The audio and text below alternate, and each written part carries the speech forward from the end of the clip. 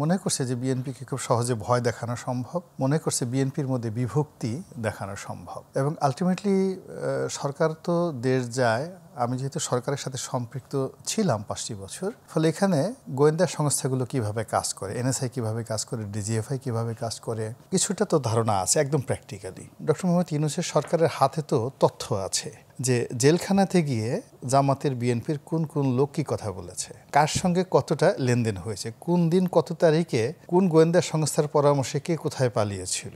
এই জিনিসগুলো তো তাদের কাছে একদম ব্ল্যাক অ্যান্ড হোয়াইট চলে আসছে। আসার কারণে কি হচ্ছে, ওইরকমভাবে মোরালি নৈতিকভাবে কাউকে ভয় পেতে হলে যে ধরনের প্রেক্ষাপট দরকার, যে ধরনের এডুকেশন দরকার, ওই রিজনটা সরকারের কাছে এখনো শো আপ হয়নি। এখন রাজনীতিতে কতগুলো পোর্ট্রেট তৈরি হয়ে গেছে।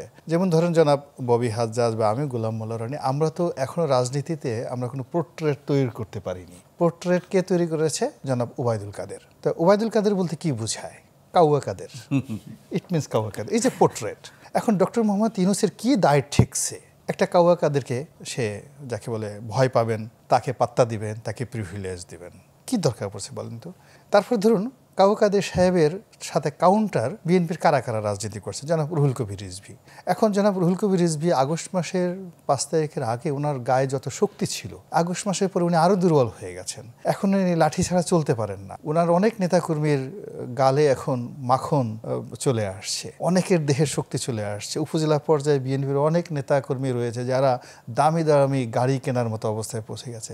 সেখানে জনাব রুহুল কবির রিজভী বা তার মতো যারা ডেডিকেটেড নেতা রয়েছেন, তাদের কেন স্বাস্থ্য নষ্ট হলো, কেন তাদের লাঠি এরকম হলো, এগুলো তো সরকার চিন্তা ভাবনা করবে। এখন সরকার যদি আপনাকে ভয় পেতে হয়, তাহলে আপনাকে তো সেই শক্তি থাকতে হবে। এখন মির্জা ফখরুল সাহেব দেখেন, এই গত 7 মাসে 7 বার অসুস্থ হয়ে গেছেন। এই কয়েকদিন আগে সিঙ্গাপুর থেকে তিনি সেখান থেকে আসলেন। একমাত্র দেখি আমির খসরু মাহমুদ চৌধুরী সাহেব, উনি একটু সুস্থ আছেন, আর বাকি সালাউদ্দিন সাহেবের বিষয়টা আবার আলাদা, বিকজ তাকে আবার আলটিমেটলি সরকারেরই একটা প্রচার মিডিয়া তারা ট্যাগ দিয়ে ফেলেছে, 2টো ট্যাগ। এটা সে কাটায় উঠতে পারছে না। প্রথম ট্যাগ হলো যে এই লোক এস আলমের লোক, এস আলমের গাড়িতে চড়েছে, এস আলমের ব্যবসা বাণিজ্য সেই দেখে। ফলে এই ধরনের বদনাম যখন এসে যায়, ক্যারেক্টার অ্যাসাসিনেশন এসে যায়, তখন সেই মানুষ দাঁড়াতে পারে না। 2 নম্বর হলো সে বেচারা অনেক কষ্ট করে ভারতে ছিল, এখন বলা হয় সে হলো রয়্যাল লোক, সে বাংলাদেশে যাকে বলা হয় আওয়ামী লীগকে প্রতিষ্ঠা করার জন্য হি ইজ ট্রাইং, মানে ভারত তাকে সেখানে নিয়ে মগজধোলাই করে। রাইট। তো এই 2টো ট্যাগ নিয়ে তিনি আসলে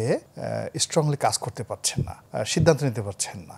আবার এদিকে মির্জা ফখরুল সাহেব, তিনি দীর্ঘদিন যাবত সাধারণ সম্পাদক হিসেবে আছেন, তো তার সাধারণ সম্পাদক যায় করে আজকে প্রায় 4-5 বছরই শুনছি যে ওনার সাধারণ সম্পাদক চলে যাবে। প্রেশারই তো সবচেয়ে দুর্দিনে বিএনপিকে ধরে রেখেছে, রাইট। তো ওনাকে সেই জায়গাটাতে তো দল বা দেশ জাতি সেভাবে আমরা তাকে মূল্যায়ন করতে পারিনি। ফলে কি হচ্ছে, তার হাত পা দুর্বল হয়ে গেছে, আর তার হাতের যে লাঠি ওটা মোটা হয়ে গেছে, শক্তিশালী হয়ে গেছে।